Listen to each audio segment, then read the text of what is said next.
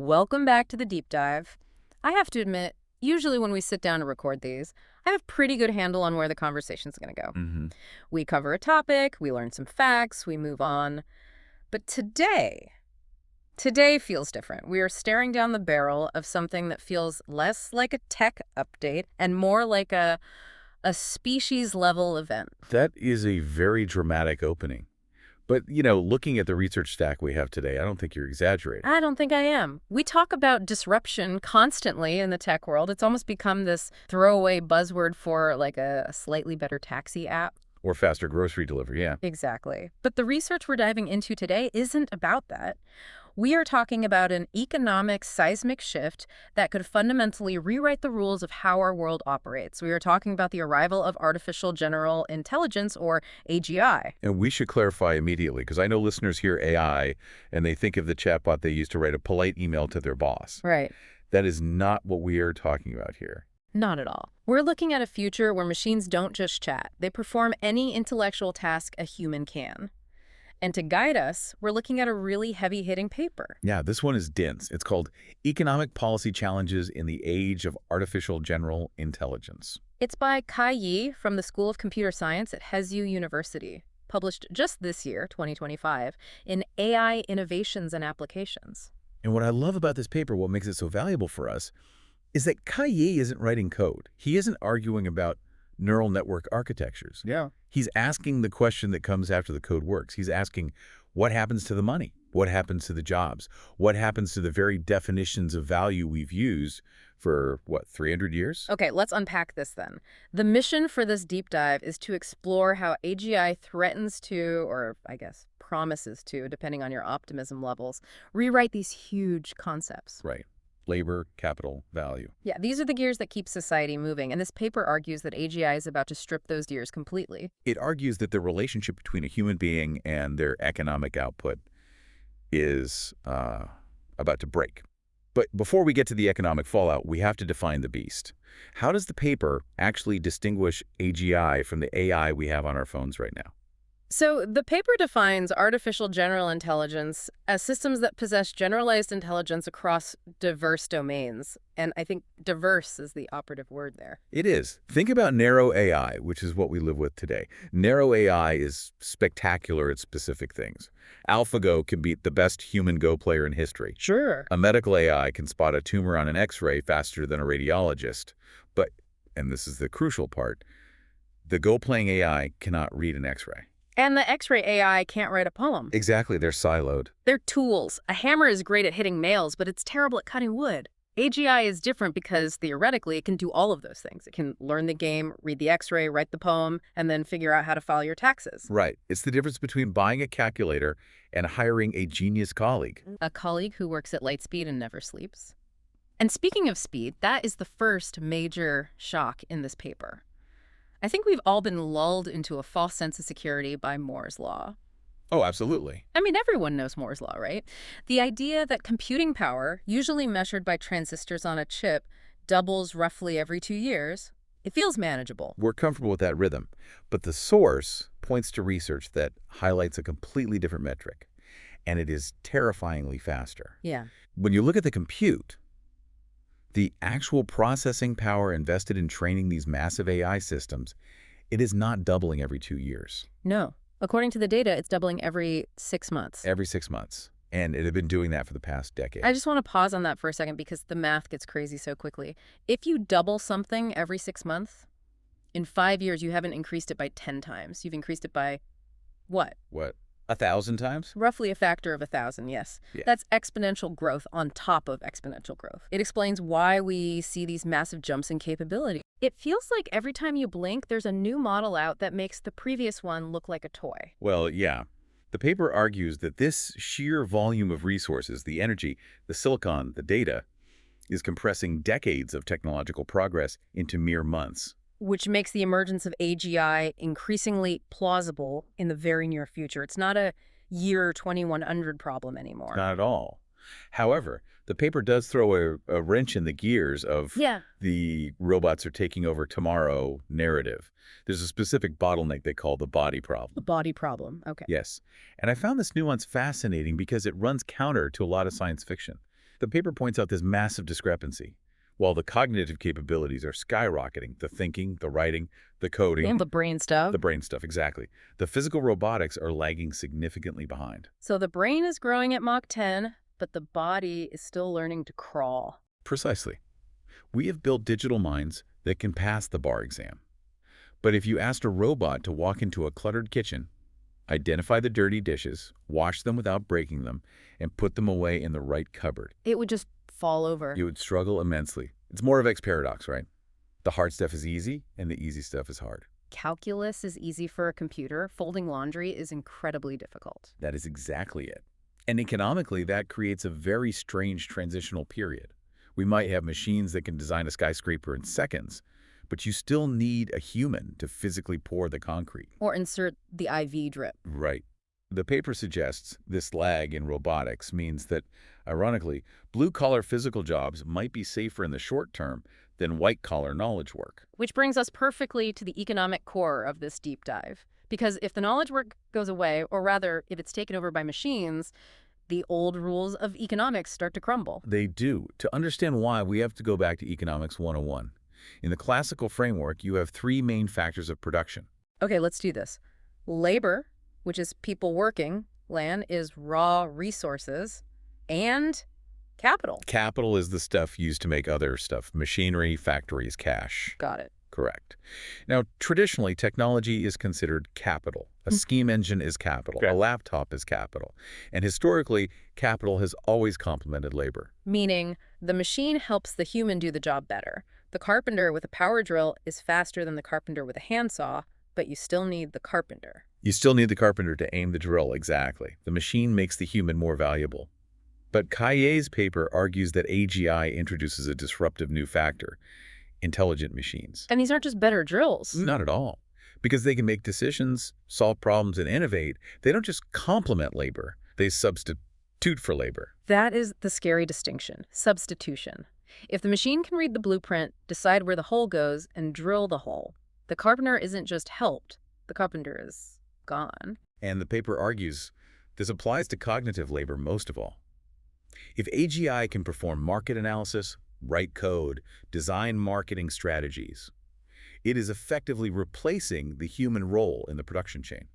So if the machine is doing the producing, and the machine is also doing the thinking, what happens to the concept of work? That is the billion-dollar question. If machines become the primary producers of goods and decisions, labor stops being the primary driver of value. And that shifts the power dynamic entirely toward capital. It changes what capital actually means, too. It's not just owning a factory building anymore. No. In an AGI economy, the most valuable assets are intangible. It's the data. It's the algorithms. It's the computing infrastructure. If you own the AGI that runs the economy, you effectively own the economy. You don't need the workers to generate the wealth anymore. You don't. Which leads us to this massive fork in the road. The paper seems to lay out two very different futures for us. One is a dream and one is, well, let's call it a challenge. That's a diplomatic way to put it. Well, let's start with the post-scarcity dream. This is the optimistic scenario, and it is genuinely compelling. If AGI can produce goods and services autonomously, if it can optimize supply chains, manage energy grids with superhuman efficiency, the cost of production just collapses. We're talking about the marginal cost dropping to near zero. Right. Imagine if building a house cost 90% less because you didn't have to pay for the architectural design or the project management. Imagine if healthcare costs plummeted because diagnosis and drug discovery were automated. The paper suggests this could lead to a post-scarcity economy. It sounds like the Star Trek utopia. Abundance solves poverty. You don't have to grind for 40 hours a week just to afford food and shelter. In theory, yes. It could liberate humanity from drudgery, but, and this is a massive but, that assumes the benefits are shared. And that brings us to the other path, the bifurcated society. Bifurcated. Split in two. The paper warns that while total wealth might explode, the distribution of that wealth could become incredibly unequal. Well, if the wealth is generated by machines, and those machines are owned by a handful of tech giants or individuals, why would that wealth ever flow down to the rest of the population? Right. In the old world, the factory owner had to pay the workers, or the factory stopped running. That was the mechanism, wages. Wages spread the money around. If you remove the need for workers, you break the pipe that distributes the money. You do. You risk creating a world with a Small, hyper-wealthy elite who own the intelligent machines, and a vast majority of the population who have no economic value to offer the market. Has that ever happened before? Well, the paper brings up a very specific parallel, the Industrial Revolution. We usually think of the Industrial Revolution as a good thing, though. It gave us the modern world. Eventually it did. Yeah. But the paper reminds us of a period economists call Engels' pause. Engels' pause. What is that? It refers to the first 40 or 50 years of the Industrial Revolution in Britain. During that time, output skyrocketed. The factory owners got incredibly rich. But the wages of the average worker, they didn't move. In fact, living conditions often got worse. It took 2 generations, almost half a century, before the wealth started to trickle down. 2 generations. That's a lifetime. If we have an Engels pause with AGI, that's 50 years of extreme inequality before things stabilize. And with the speed technology moves now, 50 years might as well be a millennium. That's the danger. The speed of the transition means we might not have time for the market to correct itself naturally. So if the invisible hand is too slow, we need the visible hand. The paper has a whole section on policy responses. What are the tools in the toolbox? I assume UBI is in there. Universal basic income is discussed, yes. It's the most common proposal. Give everyone a monthly check. But interestingly, Kai's paper is somewhat skeptical of UBI as a complete solution. Really? I feel like that's the go-to answer for everyone in Silicon Valley. The robots take the jobs, we cut you a check. The paper argues that while UBI provides a survival floor, it keeps people from starving, it doesn't address the structural inequality. It doesn't give people power. How so? If you have a society where 1% controls the AGI and the other 99% live on a government allowance, that is a recipe for a very unstable stratified society. It turns citizens into dependents. It's hush money, basically. It keeps the population quiet, but it doesn't give them a seat at the table. Precisely. So the paper suggests we need to look at deeper wealth redistribution models. One idea is a wealth tax, specifically targeting AGI-generated profits. Why specifically AGI profits? Because these profits come from automation, not payroll. Traditional income tax doesn't work. You can't tax the robot's salary because it doesn't have one. You have to tax the output. But I can already see the counter-argument. If a country taxes the AGI companies too hard, won't they just leave? Move their server farm to a private island with 0 taxes. Yes. That is the problem of capital flight. So what's the solution? The paper is very clear that this requires global cooperation. If nations undercut each other to attract AI companies, it becomes a race to the bottom where no one collects any tax revenue. Which is geopolitically very difficult. That is the polite way of saying nearly impossible. But we have to try. Let's bring this down to the ground level, though. We have a lot of listeners thinking, okay, the economy is changing. What do I do? The personal question. It is the most personal question of the paper. The author argues that our traditional education model is fundamentally obsolete. Think about how we were taught. We sat in rows, we memorized facts, we learned to follow standardized procedures. We were being trained to be good factory workers or good bureaucrats. Here is the rule, follow the rule, repeat. Exactly. We built an education system to create reliable, standardized processors of information. But AGI is the ultimate reliable, standardized processor. You can't out-standardize the machine. You will lose. If your skill set is, I can remember the tax code better than you, or I can calculate this spreadsheet faster than you, you are competing directly against the machine on its home turf. So we need to stop trying to be better calculators. Correct. The paper argues the new focus must be on skills AGI cannot easily replicate. They call for a shift toward human-centric skills. Like what? Complex creativity, emotional intelligence, and ethical reasoning. It's funny because we used to call those soft skills. They were the nice-to-haves. Oh, he's good with people. Now those are the hard skills. They are the survival skills. Think about it. An AGI might be able to diagnose a terminal illness with 99.9% accuracy. But can it sit with the patient, understand their family dynamics, navigate the fear, and help them make a life-altering decision based on their personal values? Probably not. Or at least we wouldn't want a machine to do that. Exactly. The value shifts from knowing the answer to understanding the human context of the answer. The paper emphasizes that lifelong learning isn't just a hobby anymore. It is an adaptation strategy. You have to be fluid. If you cement yourself into one identity, I'm a coder, I'm a translator, you're fragile. But if you view yourself as a problem solver who uses whatever tools are available, you're resilient. That is the mindset shift. We need to move from being workers to being adapters. We have covered a massive amount of ground here.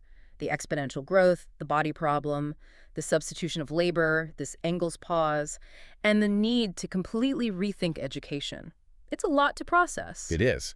If we synthesize all this, the core message is that we are facing a shift where labor-human effort may no longer be the primary scarcity in the economy. And that is both a terrifying prospect and a liberating one. Immense abundance or deep division. Exactly. The technology will happen regardless. The outcome depends on how we choose to organize ourselves around it.